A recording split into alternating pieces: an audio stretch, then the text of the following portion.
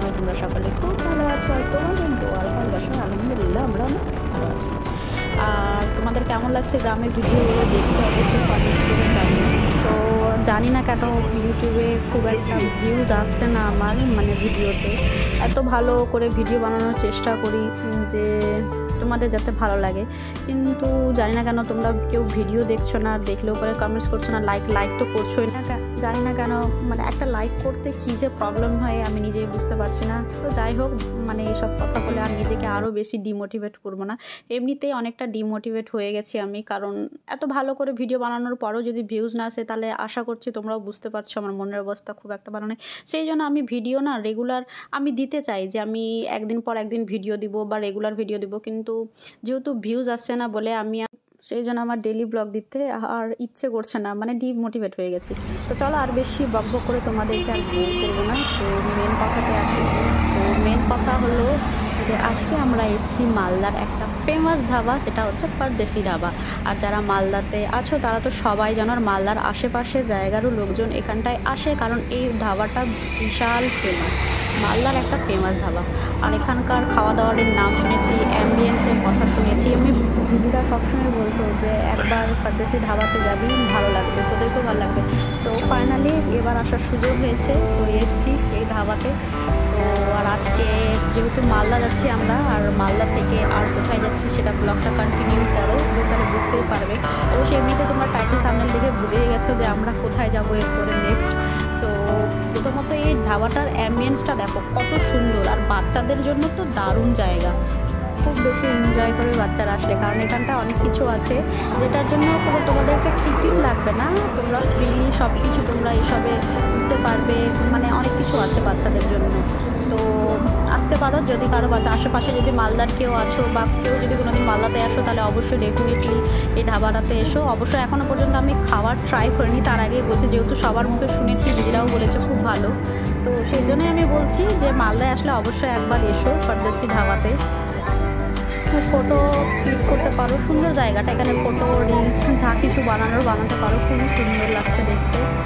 তো চলো আর বেশি বকবক করবো না, এখন যাওয়া যাক, কারণ প্রচুর খিদে পেয়েছে আমাদের। তো এখন একটু ভেতরে যাবো, এই তোমাদেরকে দেখিয়ে দিলাম ভালো করে। আর এখানটায় দিদিরা সবাই দাঁড়িয়ে আছে, এখন ভিতরে আমরা যাবো। আর জানি না আসার পথে কেননা হঠাৎ করে জায়ানের শরীরটা একটু খারাপ হয়ে গেছে বলে জায়ান একটু মানে উইক ফিল করছে, এই দেখো। তো খেতেও চাইছে না, বলছে যে আমি কিছু খাবো না, শরীরটা হঠাৎ করে জানি না কেন খারাপ হয়ে গেলো। তো চলো যাওয়া যাক ভিতরে। আর গিয়ে আজকে আর আরেকটা জিনিস, এখানটায় না তোমরা 2টোর আগে যদি আসতে পারো লাঞ্চের টাইমে, তাহলে এখানটায় না স্পেশাল একটা থালি পাওয়া যায়, কিন্তু তার জন্য তোমাদেরকে 2টোর আগেই আসতে হবে। তো চলো সেই স্পেশাল থালিতে কী কী পাওয়া যাচ্ছে সেটাও তোমাদেরকে দেখাবো, তো কন্টিনিউ করো। কেন এখন খাবে না? দেখো মিষ্টি,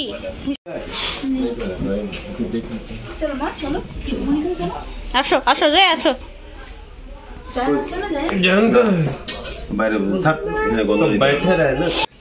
জানো খেতে পারতো, দেখ নর্মালি থালাটা তো তাহলেই তো হতো। তো দেখো আমাদের থালা চলে এসছে, আর এই থালার মধ্যে অনেক কিছু আছে, পায়েস আছে, দই আছে, আর মিষ্টিও দিয়েছে, রসগোল্লা, আর অনেক কিছু ভাজাভুজি আছে। তো খেয়ে দেখা যাক। শুক্তো আছে, তারপর আলু পোস্ত আছে, ডাল আছে, বেগুনি আছে, কুমড়োর একটা তরকারি আছে, মিক্স ভেজ আছে, পাঁপড়, ডাল, বাবা অনেক কিছু। তো নেক্সট এরপরে মাছ বা চিকেন কিছু একটা নিব। তো চলো আগে খাওয়াটা স্টার্ট করি, দেন তোমাদের সাথে পরে কথা বলছি। অনেক কিছু দিয়েছে, খাওয়ার থালিটা কিন্তু দারুণ ছিল, দারুণ টেস্টি, অবশ্যই ট্রাই করবে তোমরা যদি মালদায় আসো। তো তুমি ভাত খেলে না কেন জায়ান? কি পেয়েছো দেখি ওটা?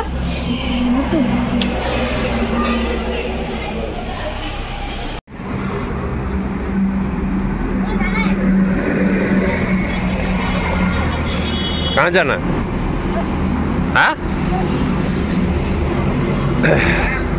তো খুব ভালো লাগলো এই পারদেশি ধাবাতে এসে। তো এখন আমরা বেরোবো, আর এখন বেরিয়ে আমরা যাব গৌড়ে, মালদা থেকে প্রায় 100 কিলোমিটার দূরে আছে।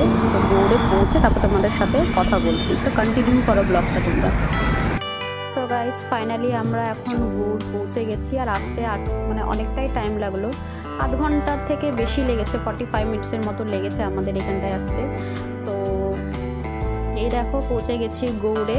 আর এটা মানে এক টাইম মানে বহু যুগ আগে এটা বাংলার রাজধানী হতো এই গৌড়, আর পরবর্তীতে শশাঙ্কের রাজধানী নামেও পরিচিত ছিল। ইতিহাসে তো তোমরা তো দেখতে পাবেই এর ব্যাপারে আছে। আর ইভেন কি তোমরা যাদের ইন্টারেস্ট আছে হিস্ট্রির ব্যাপারে নলেজ গ্যাদার করার, তো অবশ্যই সার্চ করে তোমরা দেখতে পারো। গৌড়ের ব্যাপারে অনেক কিছু ডিটেলসে লেখা আছে, তো সেখানটায় তোমরা পড়তে পারো। আর এমনিতেও আমরা আজকে এখন এসছি, এটাকে বলে বড় মসজিদ বা সোনা মসজিদ, আই থিঙ্ক, হ্যাঁ সোনা মসজিদই বলে। কারণ এর আগে না আমি না ছোটোবেলায় না অনেকবার এসেছি। আমরা যখন টিউশন পড়তাম তো আমাদের টিউশন টিচার আমাদের প্রত্যেক বছরে হ্যাপি নিউ ইয়ারের টাইমে এই আদিনা, গৌড় এইসব জায়গায়, মুর্শিদাবাদ, হাজারদুয়ারি, তো আমাদেরকে প্রত্যেক বছরে নিয়ে যেত। আর আমরা যেতাম, খুব মজা হতো তখন। পুরো একটা বাসের মধ্যে সবাই মিলে খুব মজা করতে করতে যেতাম। তো সেই পুরনো দিনের কথাগুলোও মনে পড়ে যাচ্ছে, সাথে মানে কত পুরনো দিনের সব এখনও ওই রকমই আছে, দেখে না মানে কীরকম একটা ফিলিংস হচ্ছে। তো চলো এখন যাওয়া যাক এই বড় মসজিদ বা সোনা মসজিদ নামে পরিচিত এই জায়গাটা।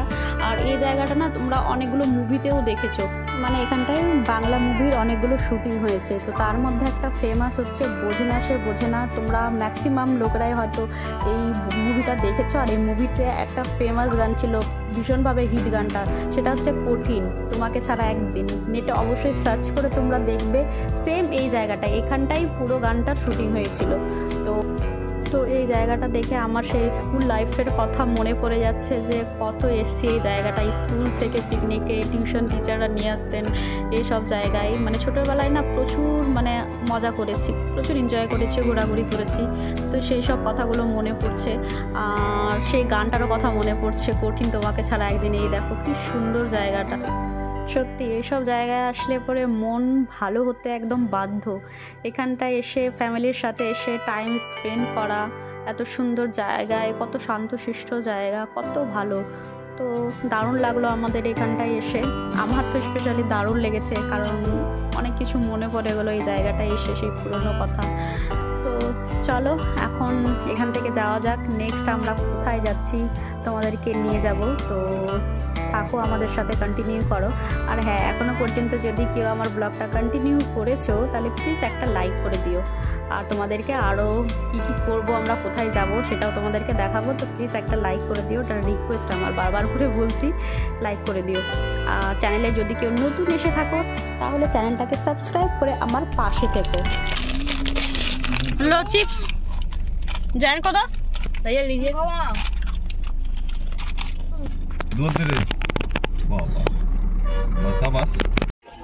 তো এখন আমরা চলে এসেছি নেক্সট ডেস্টিনেশনে। আর কোথায় এসেছি সেটার জন্য তোমাদেরকে আমি বোর্ডটা আগে দেখিয়ে দিই। বোর্ডটাতে ডিটেলসে সব কিছু লেখা আছে, তো তোমরা পজ করে ভিডিওটাকে তোমরা পড়তে পারো পুরো ডিটেলসে। এই দেখো, কিছু সেরকম লেখা নেই, লেখা নেই কি এটা। চলো চলো জয়া, আছে লেখা ওখানটায় অথবা সেলানি দরওয়াজা। আচ্ছা, এই চমৎকার দরওয়াজা সম্ভবত বরবক শাহের ইহা গৌড় দুর্গের উত্তর দিকে প্রধান প্রবেশ পথ ছিল। স্থান হইতে গোলাবর্ষণের দ্বারা সম্মান প্রদর্শন করা হইত বলিয়া ইহাকে সেলামি দরওয়াজা। দাখিল অথবা সেলামি দরওয়াজা। বাহ, সুন্দর।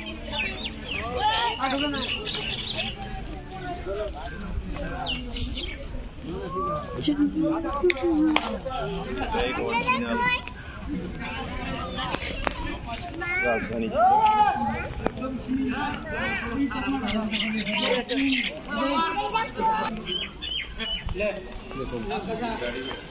বাহ, হ্যাঁ বিশাল বড় দরওয়াজা।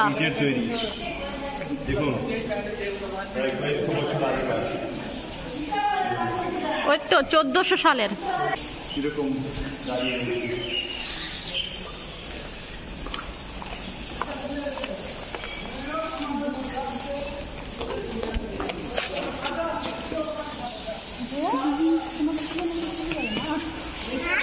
জয়া, তোমাকে মজা লাগছে? ওই দেখো তোমার একটা ছোট্ট ফ্রেন্ড ওখানটায়।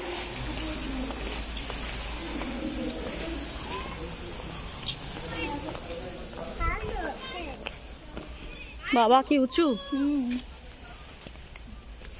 বাহ সুন্দর।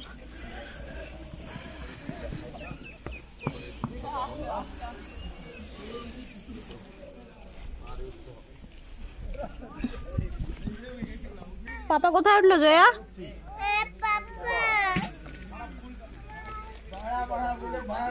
বাবা প্রচুর উঁচু। বাচ্চাটাকে নিয়ে উঠেছে আবার। হ্যাঁ কি সাহস বাবা, যদি কোনো মতো পড়ে টরে যায়।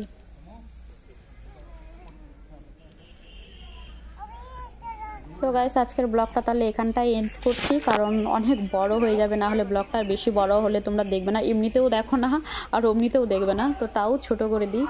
আর যদি কারো ভালো লেগে থাকে তাহলে অবশ্যই লাইক করে দিও। আর আমরা এরপরেও আরও অনেক জায়গায় যাব, তো সেগুলো পরে আসবে।